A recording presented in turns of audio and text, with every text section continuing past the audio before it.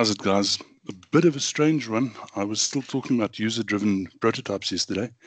I was making the recording in the evening, and suddenly there was like a flash in our power supply, and I lost my internet and everything. So sorry that there's a part two to this. I feel a bit like a TikToker, getting to a point and then making a part two just to force you to come back. So I was talking about user-driven prototypes. Yeah, that is where you go to a user and you say to the user, listen, if you were to do this product that does X, Y, or Z, how would you want it to look? What would you do? How would you design it? Show us what your product would look like. And you use that then as a method or a way of creating a prototype which enables you to understand the thinking of the end user, because their point of view and your point of view was probably going to be two different things. So wireframes are literally wireframes.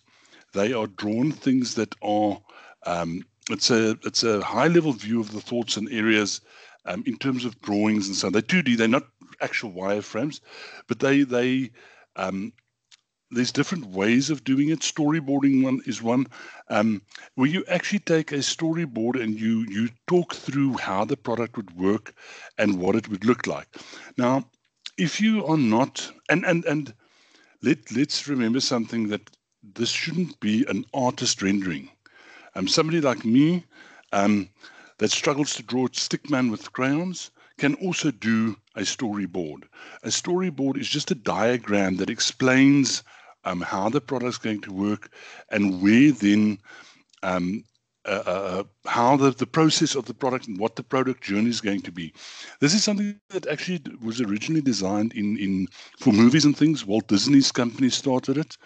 And it's since been used quite widely in terms of the making of movies, making of television adverts, etc., documentaries, whatever, anything for television or movie.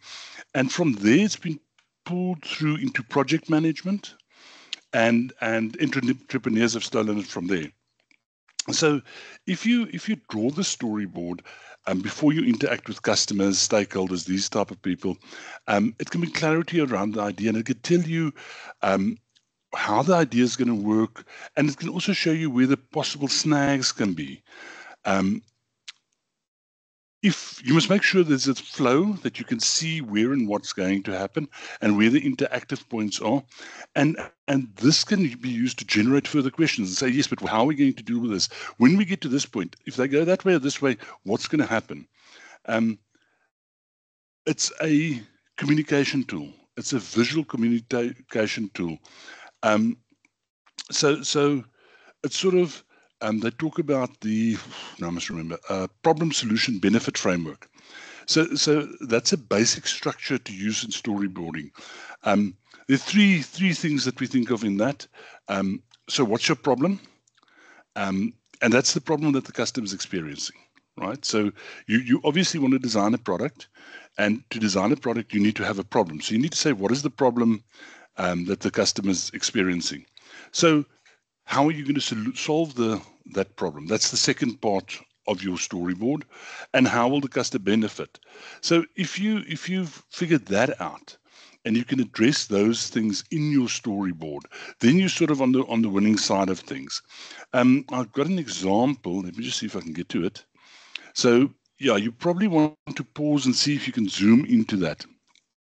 But this gives you a idea of what a storyboard looks like, and that high level view that I spoke about. So see if you can pause that. You might want to take a screenshot and put it somewhere else and then zoom in to have a sense of it. So, this is basically, I've spoken through this, the problem, the solution, how will the customer benefit, etc. But please, the mental block for me on storyboarding has always been that I thought I needed to create a work of art. This is not a work of art. This is a functional thing that explains the product, right? Those of you that have done mind mapping and mind mapping exercises before will understand how these work. If you haven't done that, search mind mapping. It'll give you a good sense of how to do these. I believe this is also a assignment question that you need to look at. Guys, that's it. Sorry, part 2 wasn't the full-length TikTok video. As always, there's my email address. And please make sure that you check out the preparation video for the assignment so that you know exactly what's required and so on. I go into quite a bit of detail there to try to make sure that you get what is required. Thanks, guys. We'll chat again soon. Cheers.